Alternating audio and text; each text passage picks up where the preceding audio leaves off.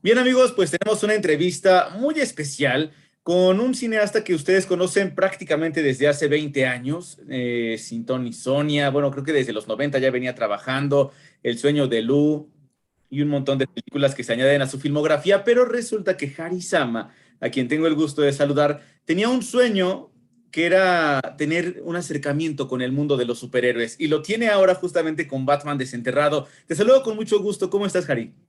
Muy bien, Lalo, muy contento de platicar hoy contigo. Efectivamente, es un sueño, como decía el otro día en la presentación de estos dos episodios, Spotify le cumplió un sueño a este adolescente que nunca se hubiera imaginado dirigir Batman, la verdad.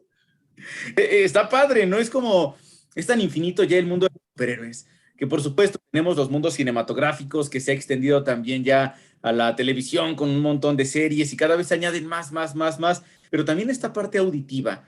Creo que es importante rescatarle que lo han logrado muy bien los podcasts, ¿no? Porque como actores se tienen que trabajar únicamente con la voz y es su único instrumento para podernos meter en un mundo, pero allí también está la importancia de un director que tiene que decirle al actor, ya sabes que por acá, Alfonso, tienes que hacerle de esta forma. Me imagino que trabajar en un mundo auditivo es totalmente diferente a lo que has hecho en materia cinematográfica.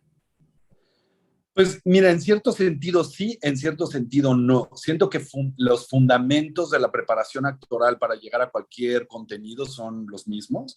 Hay que hacer un trabajo de mesa minucioso en el que vamos entendiendo quiénes son estos personajes. Por supuesto que cada uno de los personajes en el universo, en el panteón de Batman, han tenido, pues por las distintas ejecuciones, los multiversos que ya hay de estos Batmans, pues han tenido distintas, o sea, sin ir muy lejos, Bárbara Gordon en el Killing Joke de los 80s, pues la vuelven paralítica, después se vuelve un oráculo, pero aquí es otra Bárbara Gordon. Entonces, ir entendiendo cuáles son las biografías, pero cuál es la que a nosotros más nos conviene, cuál es el trauma esencial de los personajes, por qué actúan como actúan. Entonces, ir haciendo como una literal labor, jugando con las ideas que manifiesta este podcast como de realmente abrir el cuerpo y asomarse a lo que hay dentro para entender a profundidad realmente el personaje y después unirlo con las propias posibilidades, o sea, los propios traumas del actor para ver dónde podemos hacer un acto de convergencia.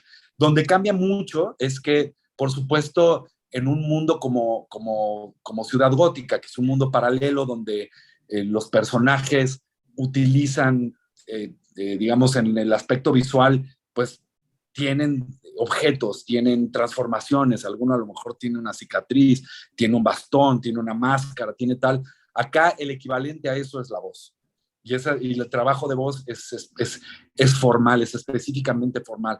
Habla así, señor, o habla como el acertijo, o habla, ¿no? Entonces, encontrar eso, pero encontrar eso sin haber hecho lo primero sería un trabajo completamente hueco, ¿no?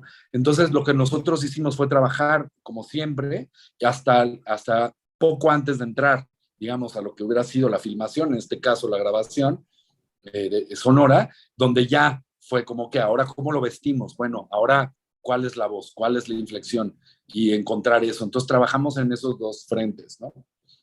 Conocemos a diferentes Batman, ¿no? Gracias a los cómics, a la televisión, al cine, el Batman detective, el Batman superhéroe que tiene que juntar a la Liga de la Justicia, el Batman que quiere defender Ciudad Gótica. Y acá hay un Batman forense, ¿no? Es un Batman, ¿tú lo describirías diferente o en qué círculo estarías encerrando tú a este Batman? Bueno, efectivamente los primeros dos episodios arrancamos con un Bruno Díaz. Parece que hasta aquí no hay Batman, ¿no? O sea, lo que hay es un Bruno Díaz que es un médico forense, en una lógica más parecida a un thriller psicológico, a una novela negra, ¿no? Quizá Guarda Símiles con Seven, con El silencio de los inocentes, ¿no? Donde este Bruno Díaz está de alguna manera desde su trinchera investigando al famoso cosechador, que es un criminal atroz, ¿no? Eh, magistralmente interpretado por Noé Hernández. Este, y hasta ahí vamos, efectivamente, ¿no? Ahora, sí te debo decir, Lalo, que en este podcast nada es lo que parece. Y hasta ahí la puedo dejar. Nada de spoilers. Oye, lo que me gustó Nada de spoilers. es justo esto del Bruno Díaz, ¿no? rescatas el nombre que se le dio acá en México, porque vaya, en las nuevas películas se le ha intentado incorporar este nombre de Bruce Wayne, pero Bruno Díaz significa mucho para la idiosincrasia mexicana, ¿no? El nombre. ¿Qué significa para ti esto? 100%. Fuimos encontrando en la historia de Batman, en la historia que Batman ha tenido en Latinoamérica, como las formas de nombrarlo.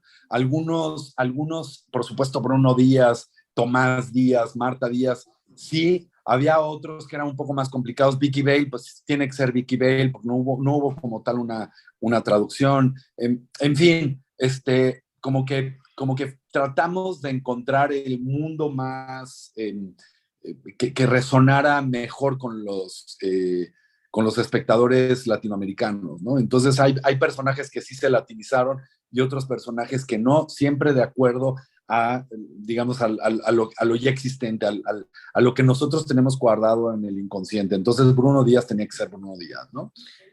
Para terminar esta plática, ya decías tú que se cumple un sueño de adolescente, ¿no?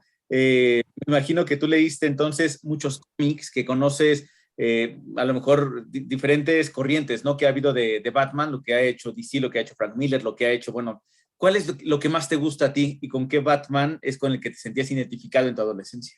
Justo, mira, yo descubrí Batman gracias a Frank Miller con Year One. Francamente, siento que esos escritores de novela gráfica de los 80s hicieron un trabajo brillante en el rescate de la sensación original de ese Batman de los 40s que nace como una forma de catarsis del Chicago y Nueva York de los 40s completamente tomado por la mafia, ¿no? Como en esa desesperanza. Los 80s en el posmodernismo también, como muy inclinado hacia el expresionismo y hacia los territorios más oscuros de la psique. Siento que Frank Miller, que Grant Morrison con el famoso Arkham Asylum, brillantemente ilustrado por Dave McKean, y Alan Moore con Killing Joke, que además nos permiten entender mejor quiénes son estos personajes, ¿no? Que nadie es malo malo y nadie es bueno bueno en esta saga. Todos son personajes complejos, atormentados. Y siento que Nolan en cuanto a las propuestas cinematográficas o visuales, digamos, es quien mejor entiende esa rama y la importa. Siento que Year One de alguna manera se convierte en la primera película de Nolan con David S. Goyer y que de ahí viene este podcast, de esa gran rama, lo cual para mí es muy afortunado, porque si estuviéramos ahorita conversando sobre una visión más pop, más divertida, más Adam West o Tim Burton, no es lo mío, ¿no? O sea, realmente lo mío es este nivel de oscuridad y es este nivel de profundidad y de personajes, te digo, como atormentados, complejos. Lo interesante es que la verdad es que el lindero entre superhéroe, que además ni siquiera es un superhéroe, Batman es realmente un justiciero, un vengador anónimo, ¿no? Un vigilante. Y sus villanos es casi, o sea, siento que hay mucha más conexión entre ellos, se entienden mucho mejor que con la propia población civil, ¿no? Aunque están luchando por cosas distintas, los une el psiquiátrico, ¿no? Los une Arkham Asylum, que ese es el gran pilar de esta saga, ¿no? Que es, no por nada, un psiquiátrico tan oscuro como ese es uno de los grandes pilares de la saga. Es una serie, es una saga muy, muy psicológica, muy densa, muy profunda, muy oscura, ¿no? Te había dicho que por último, pero nada más, ahora sí la última pregunta. ¿Tú elegiste Venga. a Poncho Herrera? Porque Sí. hay también actores en México, hablando auditivamente, que también han interpretado a Batman, ¿no? Como René García, que ha interpretado al Batman, que ha hecho Ben Affleck, él es el actor de doblaje, pero ¿cómo elegir a Poncho? Bueno, Poncho, la verdad es que se estaba buscando para esta serie una sensación como muy cinematográfica, entonces por eso es que se buscaba actores más como de cine, digámoslo así, ¿no? Y entonces, no, René hizo un trabajo extraordinario, sin duda, ¿no? Acá se estaba yendo más hacia allá, es un lanzamiento mundial grande, entonces había la idea de tener como un cierto talento que tuviera, por un lado, por supuesto, la capacidad actoral y que también nos ayudara a dimensionar la serie desde una perspectiva paradójicamente cinematográfica cuando solo es auditiva, ¿no? Entonces, invitamos actores que sentíamos que eran perfectos para los personajes. Así fue con Ana Brenda. Yo acababa de trabajar con ella en una serie donde hizo de una detective y encontramos cosas súper interesantes que importamos de alguna manera a la Bárbara Gordon acá. Con Jimena Romo hice también Esto no es Berlín, entonces me parecía perfecta para Vicky Vale. Lo mismo Lucía Uribe, acaba de trabajar con ella, hizo una Montoya brillante, bueno, no Hernández ni se diga, como El cosechador, el Carlos Aragón en el entrañable Alfred, y así, o sea, Úrsula Pruneda y Hernán Mendoza para Los Padres. O sea, la verdad es que siento que se logró un Dream Team espectacular, ¿no? Y que logramos trabajar con la profundidad y la seriedad con la que normalmente hubiéramos hecho una película, pero pensando que lo vamos a llevar al sonido, ¿no? Exclusivamente. ¿Cada cuándo hay que estar pendientes para los episodios? Cada semana, esperen el siguiente episodio el próximo martes. Perfecto. Te mando un abrazo muy fuerte. Igualmente, Lalo, muchísimas gracias a ti. Que estés muy bien. Que estés muy bien. Hasta luego.